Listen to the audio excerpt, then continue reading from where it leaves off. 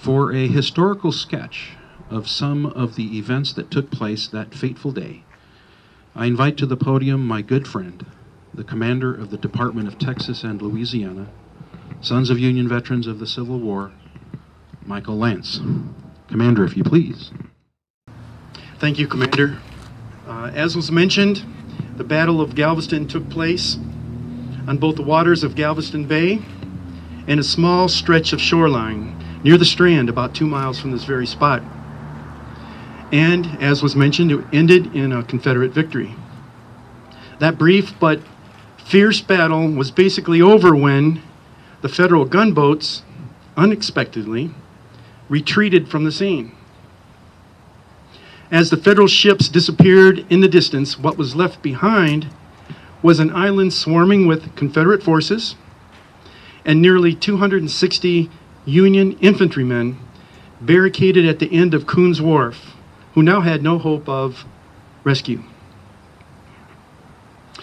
Now, those soldiers had been dropped off at Galveston on Christmas Eve, 1862, by the transport ship Saxon. The Saxon was actually one of 4 ships that had left Brooklyn carrying the men of the 42nd Massachusetts Infantry. They were going to New Orleans. They were dispatched to New Orleans to eventually wind up here off the shores of Galveston. But once underway, the other 3 transports were plagued by bad luck: stormy weather, high seas, a boiler leak, an onboard fire, and even pilot error forced the other 3 ships to divert elsewhere for repairs. So, only the Saxon, with his 264 or so infantrymen, made it all the way to Galveston. Colonel Isaac Burrell was in command of the 42nd Massachusetts, and fortunately he was one of the men on the Saxon. Now, when they arrived at Galveston, the fleet commander, William Renshaw, must have been relieved to see the arrival of the infantry, but he was probably also a little disappointed at seeing how small the arriving force was. And that was because the Saxon delivered less than a quarter of the 42nd Massachusetts Regiment, just 3 undermanned companies. The original plans called for these arriving soldiers to be stationed at some barracks, isolated barracks on Pelican Island, quarters that were fairly comfortable, isolated, and most importantly, easy to defend. However, Fleet Commander Renshaw changed those plans at the last minute, ordering Colonel Burrell to instead land his men on the main island near the Strand. The colonel was told that if the Confederates threatened to attack, his men could be taken off the wharf within 5 minutes. So the Federal soldiers took up the best position they could find, which was at the end of Coons Wharf. Colonel Burrell realized that this position left his small command dangerously exposed. The wharf itself was large, nearly 400 feet long and 20 feet wide, with a 2-story storehouse at the end. That storehouse was quickly converted into a barracks, and work was begun to set up some defenses. Sacks of plaster and other materials were stacked up against the inside walls of the storehouse to provide some protection against snipers. Planks were pulled up from the wharf and made into a breastwork to protect the sentries patrolling the entrance to the wharf.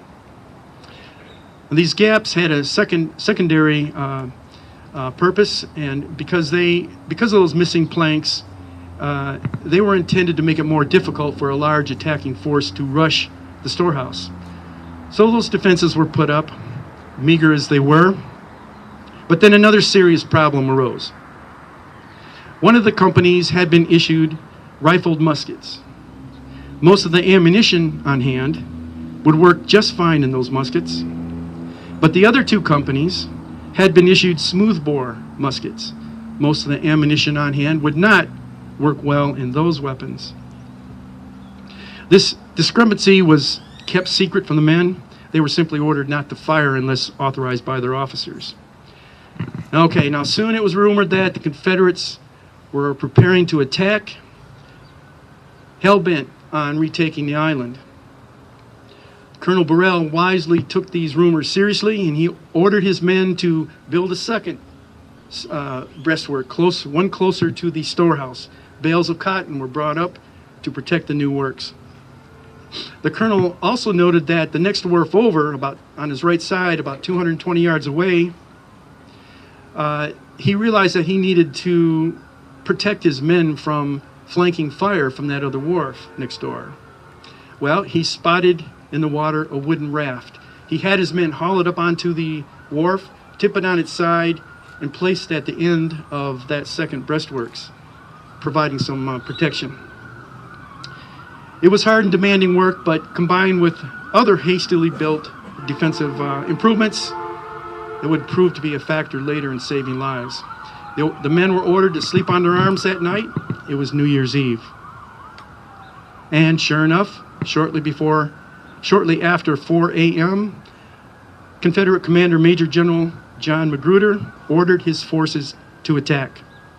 Artillery and rifles blazed away, aimed at both the Union gunboats in the bay and the fortified storehouse at the end of Coons Wharf. As soon as the shooting began, Colonel Burrell ordered his men out of the storehouse and had them lie down on the wharf behind their breastwork.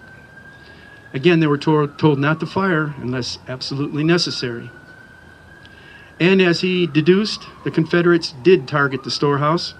It wasn't long before a Confederate shell punched into it, setting some tents inside on fire. Those burning tents were quickly pushed out a back door and dropped into the water. When the shooting began, Colonel Burrell also dispatched a small boat out towards the Union fleet to request the immediate evacuation of his troops. But unfortunately, that small craft was riddled with bullets and sank before that request could be delivered. As to the Confederates, they could see that a frontal assault on the wharf would be tough. So instead, they sent 500 men into the water, some carrying ladders. Confederate sharpshooters on the wharves on both sides provided covering fire for the men in the water. The attackers waded out towards the end of the wharf, intending to scale up onto it using the ladders and attack from the rear. Luckily for the defenders, the ladders turned out to be too short, so the Confederates had no choice other than to retreat, while at the same time enduring rifle fire from the men at the end of the wharf. Some of those Confederates went to rooftops and upper stories of buildings on the Strand and fired down onto Coons Wharf. The Confederates also moved a cannon up to the wharf next door and aimed it at the Federal position.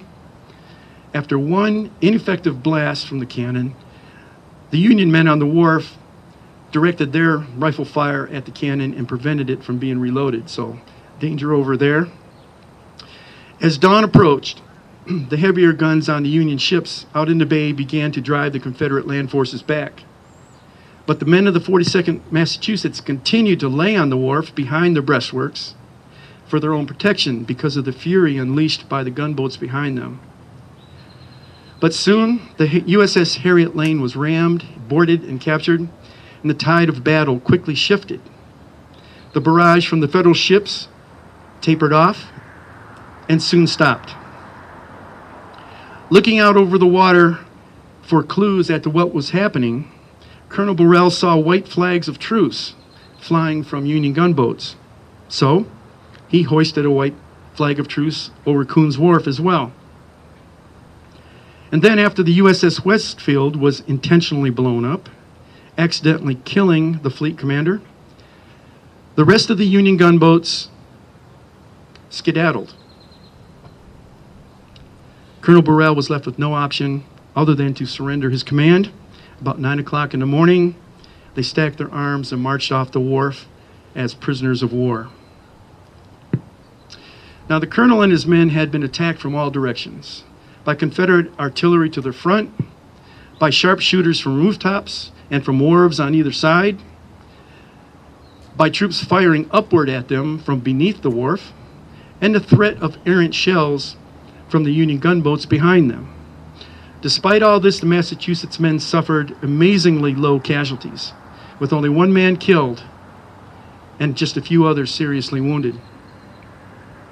Even though they were limited to a defensive posture for most of the battle, those three undermanned companies of the 42nd Massachusetts performed with bravery and resolve.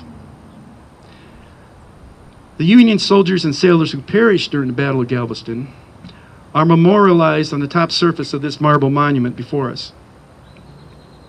And they are occasionally remembered during ceremonies such as this.